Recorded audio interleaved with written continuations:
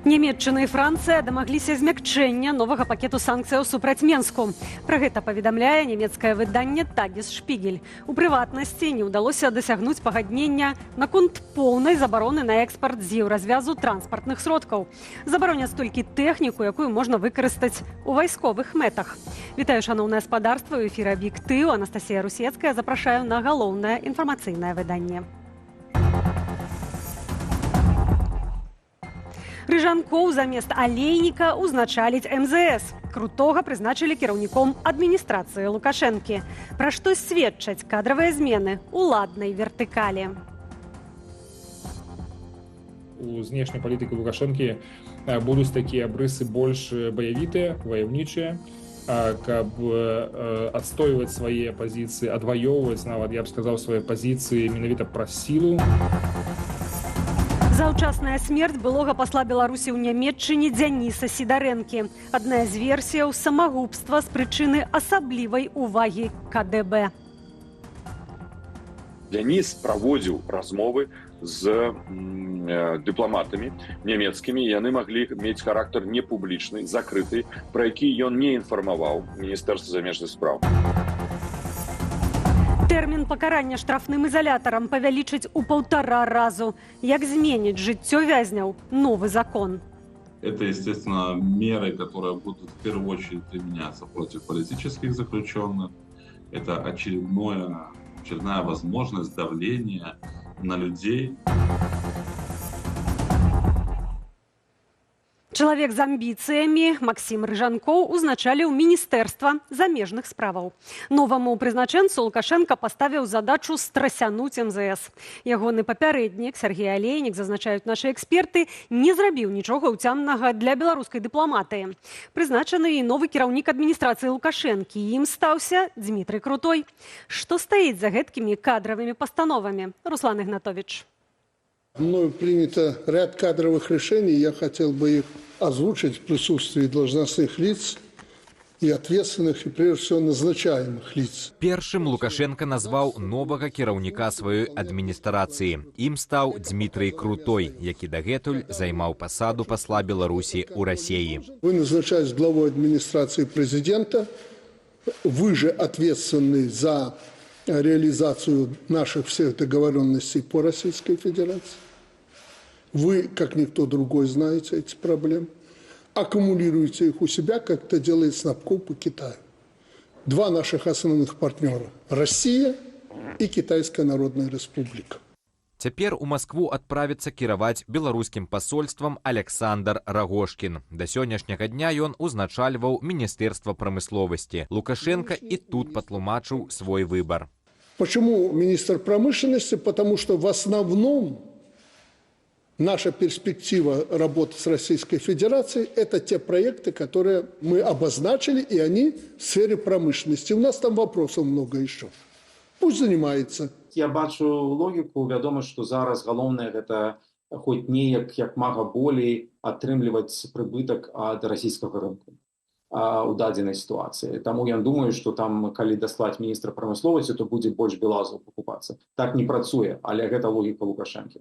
Самыя ж нечаканыя змены зазнала замежна-палітычнае ведомства. Максім Рыжанкоў стаў міністрам замежных справаў. Вы человек жесткий, требовательный. МИД нужно проводить чувства.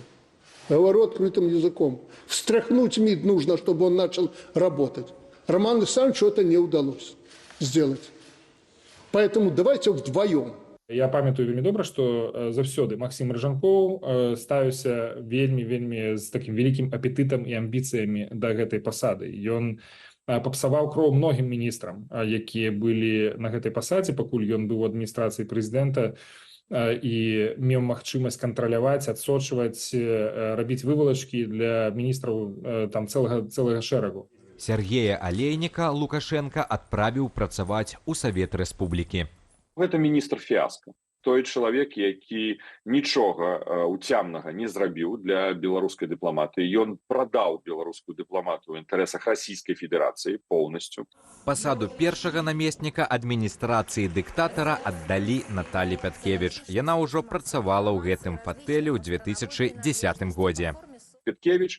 Яна антыбеларускі чалавек, якая выступала заўсёды супраць беларускай мовы, пашырэння выкарыстання беларускай мовы, супраць падтрымкі беларускай культуры. Так што тут нацыянальнага мы нічога шукаць не павінны, яна будзе адказваць за ідэалогію.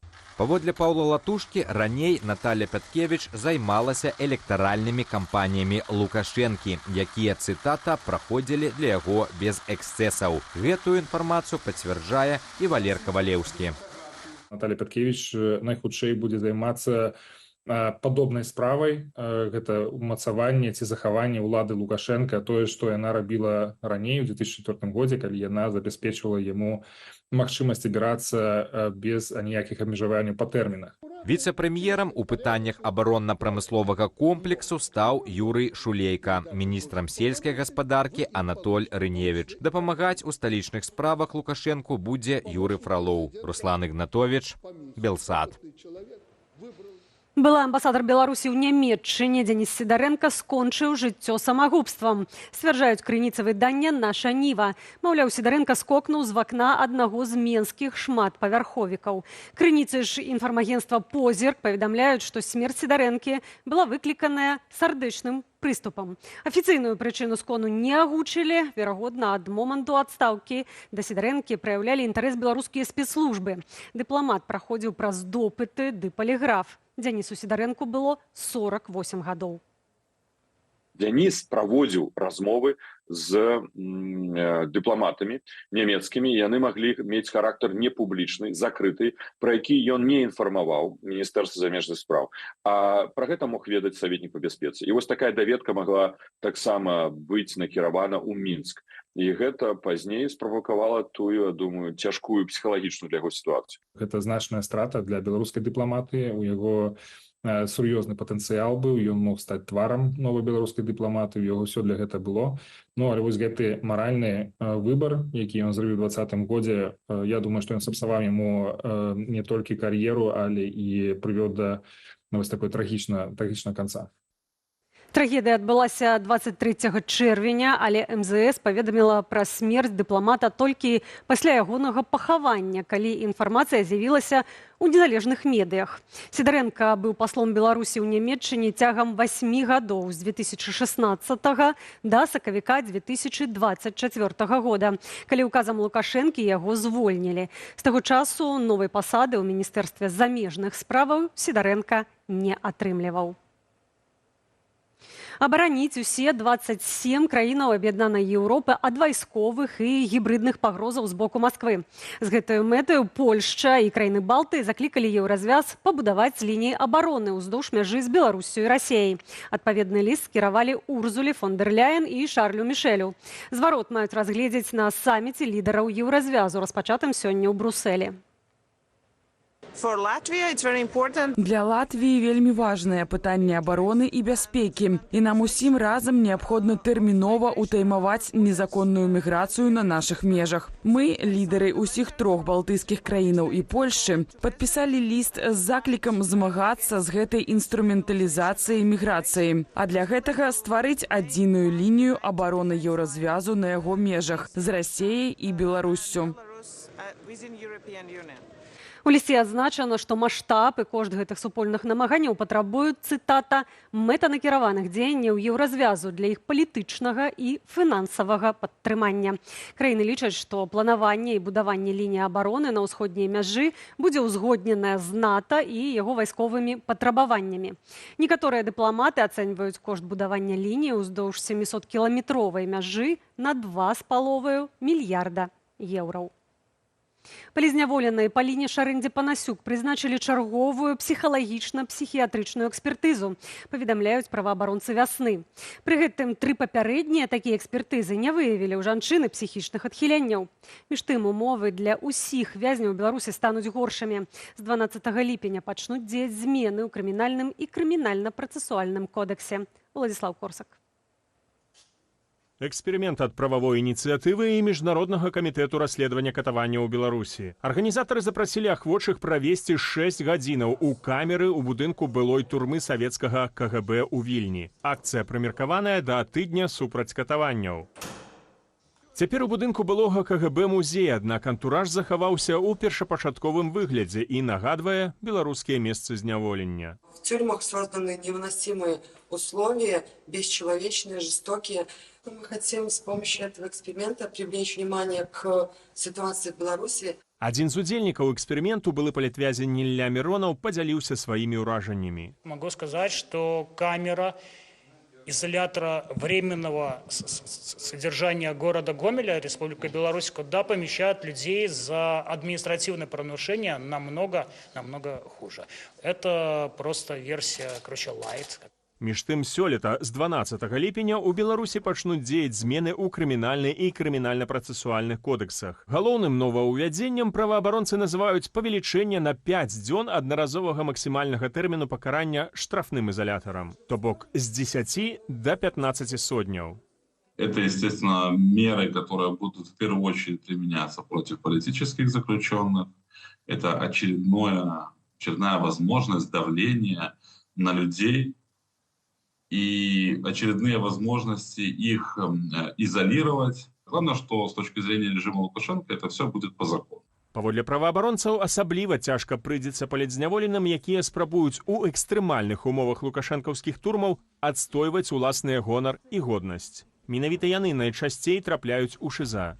У гэтых карцерах, калі казаць пра зімні перыяд часу, там вельмі холодна. Я таксама, хоць быў і летам там, але я ноччу дрыжаў ад холаду, таму што споднюю бялізню забіраюць, там выдаюцца шкловаты такую піжаму, штаны і ўсё. І просто немагчыма спаць, не толькі таму, што не выдаюць матраса ды пастельную бялізну, а немагчыма спаць таму, што мучае холод. 10-15 суток они находятся на голом железе.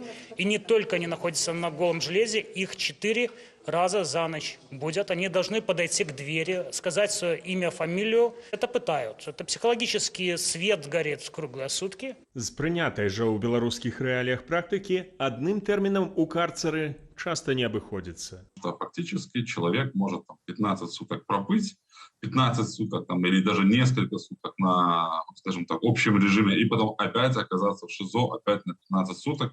При этом он прекрасно понимает, что это за условия содержания, и таким образом некоторых, например, людей, естественно, будут пытаться сломать.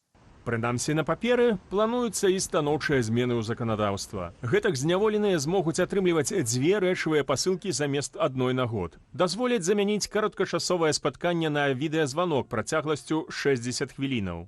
Як кажуть, гладко было на бумаге, да попали мы во враги. Я сидел увесь термін со статусом злосного порушальника, який не став на шлях виправлення. Штучно мене таким зробили, накидавши 7 одразу з погнанням. І зрозуміло, що я сидів без одного споткання з сім'єю, без відеозвонка, без одного, і навіть харчових передач позбавляли. Змены закрануць і асуджаных на хімію. Для іх максімальны тэрмін аднаразовай дысцыплінарнай ізаляцыі таксама павялічваюць на 5 сотняў. Владислав Корсак, Белсат.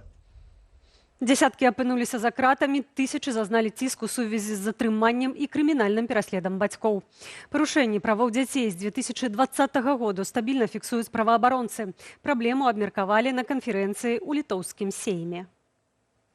Яны прамываюць дзецям мазгі ў школах, фактычна фальсіфікуюць гісторыю, выкарыстоўваюць падручнікі як крыніцы дэзінфармацыі і параўноўваюць свабодны рух у Беларусі з нацысцкім рэжымам, або, як яны любяць казаць, нацысцкай Украінаю. Гэта не толькі злачынства супраць дзяцей у агульным сэнсе, але і сціранне іхнай ідэнтычнасці. Гэта адное з ваенных злачынстваў.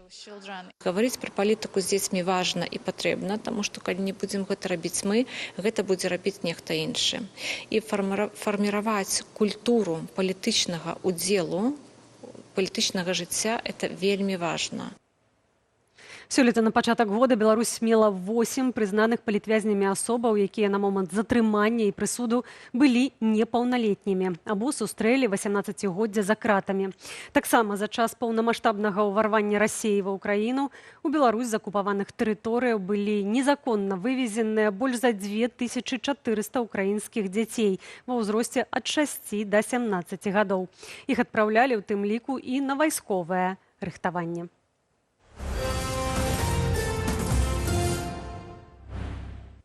Роўна 35 гадоў таму ў Менску адбыўся устаноўчы з'езд таварыства беларускай мовы імя Францішка Скарыны. Што паспела арганізацыя зрабіць за гады існавання? Якая яе роля ў захаванні ды распаўсюдзе беларускай мовы? І хто працягвае справу цяпер? Адказы ў наступным сюжэце. Мне здаецца, што звычайна людзі пераходзяць, так, таму што адчуваю сябе беларусамі. Александр Залерскі перайшоў на беларускую мову ў 2020-м. На пачатку я, можна сказаць, кожнае слово прадумляў, ці я правільна яго, то бок, прамаўляю. Так, я спачатку глядзеў слоўнікі. Тое, што беларусы сёння ўсведамляюць неабходнасць размаўляць па-беларуску, вынік у тым ліку і шматгадовых высілкаў грамадскага аб'яднання таварыства беларускай мовы імя Францішка Скарыны. Устаноўчы з'езд адной з найстарэйшых недзяржаўных беларускіх арганізацыяў адбыўся 35 гадоў таму, яшчэ ў савецкі час. Пасля вайны большасць школ у Беларусі была беларускія, асабліва ў вёсках. З іх павыходзілі вось гэтыя камуністычныя дзеячы. Это была іх родная мова бацькоў, і таму яны не працівіліся перадусім на генетычным узроўні, на ўзроўні памяці і пашаныя павагі да сваіх бацькоў і дзядоў. Сведчанні дзейнасці таварыства беларускай мовы бачныя як у розных мясцінах Беларусі, так і ў інфармацыйнай прасторы. Дзякуючы ТБМ, сярод іншага, паўстаў і наш тэлеканал. Арганізацыя выпускала некалькі рэгулярных выданняў, заснавала прыватны нацыянальны універсітэт. У 2021 пасля шэрагу правяранняў і ператрусаў Лукашэнкаўскі вярхоўны суд зліквідаваў таварыства беларускай мовы. Па ёй нават назве, што это таварыства беларускай мовы, это ўжо замінала рэжыму.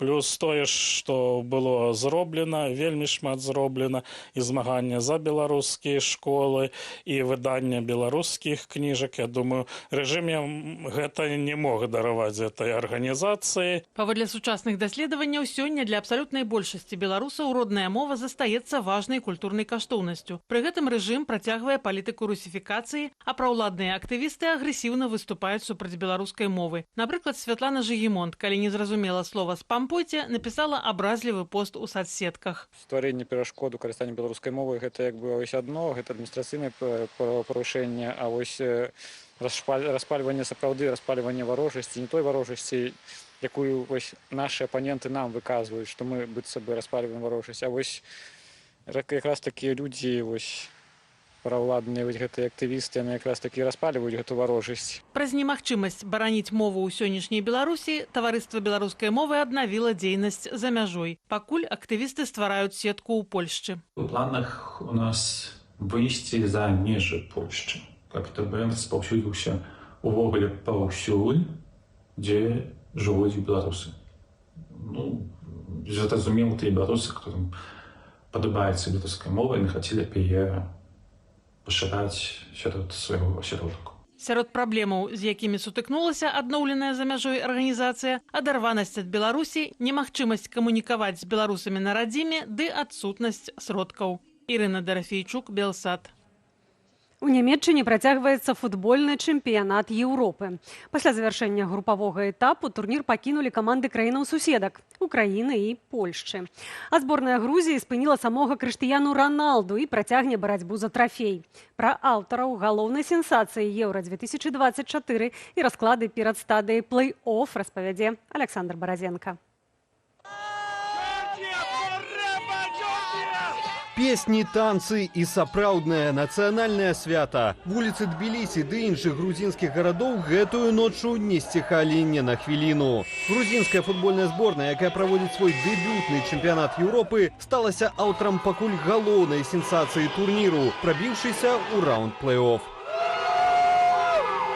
Каб выйсці з групы, грузінам трэба было перамагаць партугальцаў. Тыя датэрмінова атрымалі першае месца ў групе, аднак супраць Грузіі выставілі баявы склад на чале з Крыштыяну Раналду. Грузінаў, аднак, у той вечар было не спыніць. На другой хвіліне галоўная зорка Сакартвела Хвіча Кварацхеля з Напалі адкрыў лік. Раналду і каманда спрабавалі адказаць, нерваваліся. Аднак прабіць грузінскага брамніка Георгія Мамардашвілі не здолелі. У другім тайме Жорж Мікаўтадзе з пенальці устанавіў канчатковы лік – 2-0. Грузія у 1/8 фіналу.